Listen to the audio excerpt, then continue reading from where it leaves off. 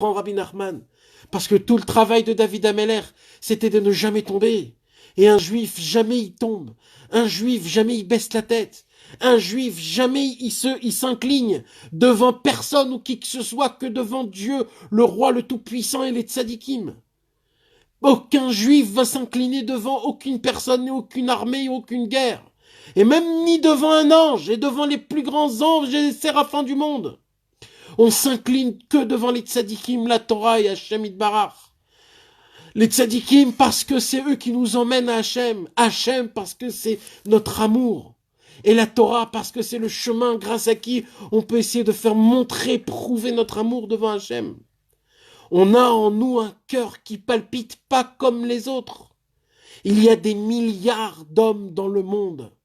Ces milliards-là ne valent pas du tout la respiration d'un seul juif le plus nul au monde. Parce que les juifs, c'est l'essentiel de la création du monde. C'est le but de tout ce que Hachem il a créé. Les centaines de milliers de milliards d'espaces, du cosmos, d'étoiles qu'il y a dans le monde. Tout ça, Hachem il a créé pour nous, le peuple juif, dans ce monde-ci.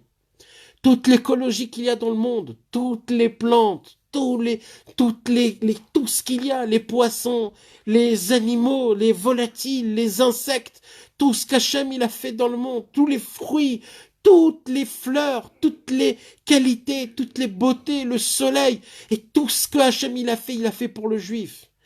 Et le juif, il le sait. Et pourquoi tout ça? Parce que le juif, c'est le seul réellement qui peut servir Hachem.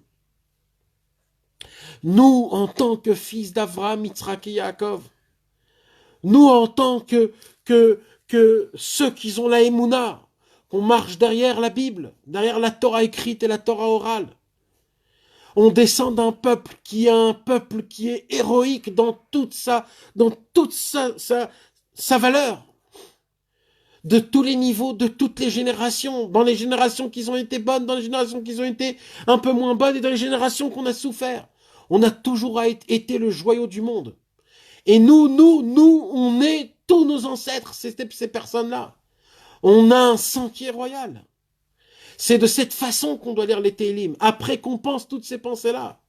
Quand on se rappelle qui on est, quand on se rappelle à qui on appartient, quand un juif il lit les Télim de cette manière-là, les Télim résonnent dans le monde. Il y a une impulsion qui est énorme, qui réside dans le monde.